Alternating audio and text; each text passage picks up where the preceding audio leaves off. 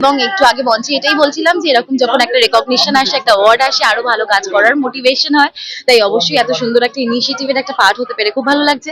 কারণ শুধুমাত্র জনপ্রিয় ফেসেসদের নয়, এখানে প্রায় 100-র মতন কৃতি মানুষরা সম্মাননা পেলেন এবং সেটা নানান জায়গা থেকে, বাংলার নানান জায়গা থেকে খুঁজে তাদেরকে বার করেছে নোভেস্টা গ্রুপ এবং পায়েল।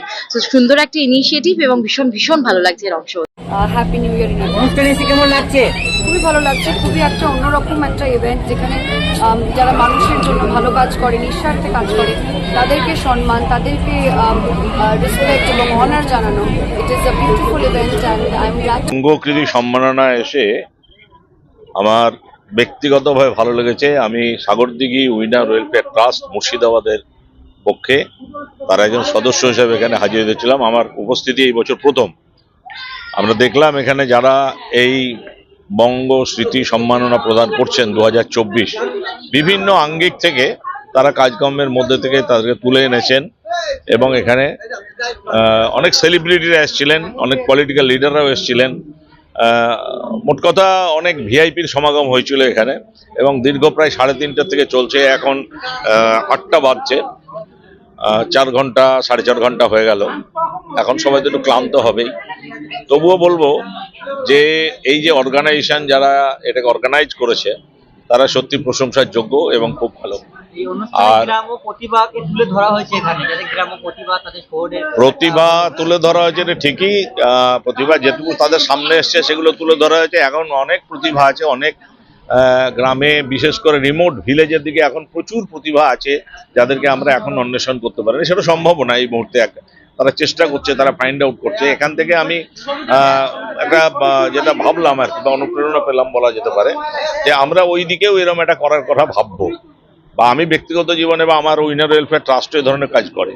উইনার ওয়েলফেয়ার ট্রাস্ট সাগরদিঘিতে, এখানে সম্পাদক সঞ্জীব দাস এবং আমাদের সভাপতি রাধারানী দাস এবং তার টিম, সেই টিম যা কাজ করে প্রশংসা করেও বোধহয় তাদের অত্যন্ত ছোট করা হয়।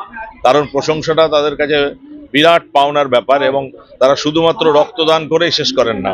রক্তদান করেন, দুস্থ মানুষের পাশে দাঁড়ান, কেউ যদি পড়তে না পারেন তার কাছে বইপত্র পৌঁছে দেয়, অসুস্থ মানুষকে হসপিটালে পৌঁছে দেয়। বিভিন্ন যে থ্যালাসেমিয়া, অ্যানিমিয়া, লিউকোমিয়া এইসব পেশেন্টগুলো রয়েছে, তারা আমাদের গ্রামের দিকে এখনো তার অত্যন্ত দরিদ্র অবস্থায়, তাদের বাড়ির ফ্যামিলির কন্ডিশন যা ছিল, এইসব রোগ হওয়ার জন্য তারা খুবই দুস্থ হয়ে পড়ছে এবং এটা চেষ্টা করছে তাদের পাশে রাখার।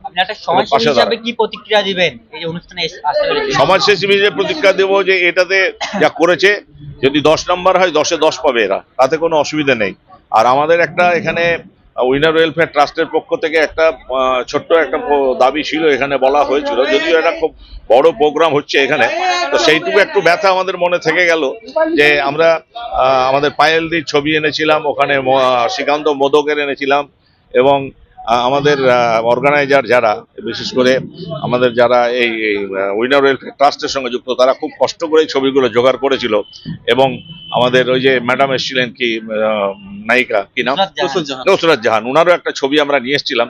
আমরা বলার সত্ত্বেও সেখানে বলার সুযোগটা পেলাম না, সময়ের সংকুলনের জন্য হয়তো পেলাম না, হয়তো পরবর্তীতে পাবো, বা আরো হয়তো এই সংস্থার সঙ্গে আরো আমরা আন্তরিকভাবে যুক্ত হব।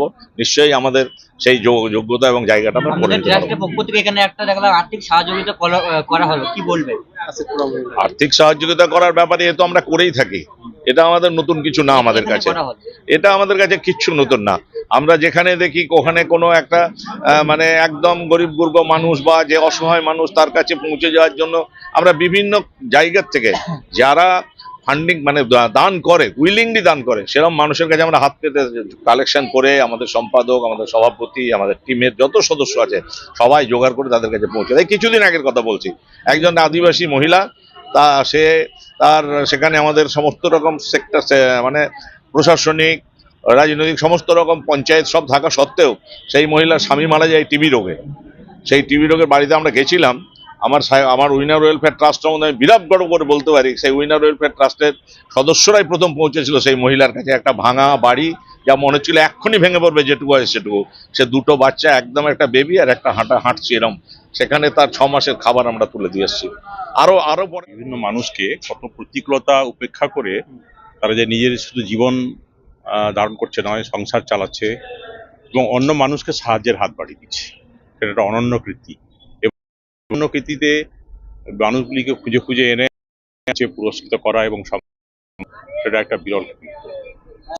আমি পায়েল সরকারকে ধন্যবাদ জ্ঞাপন করছি। আমি এই প্রথমবার এলাম, আমাকে অনেকবার বলেছে কিন্তু এই প্রথমবার আমি এলাম।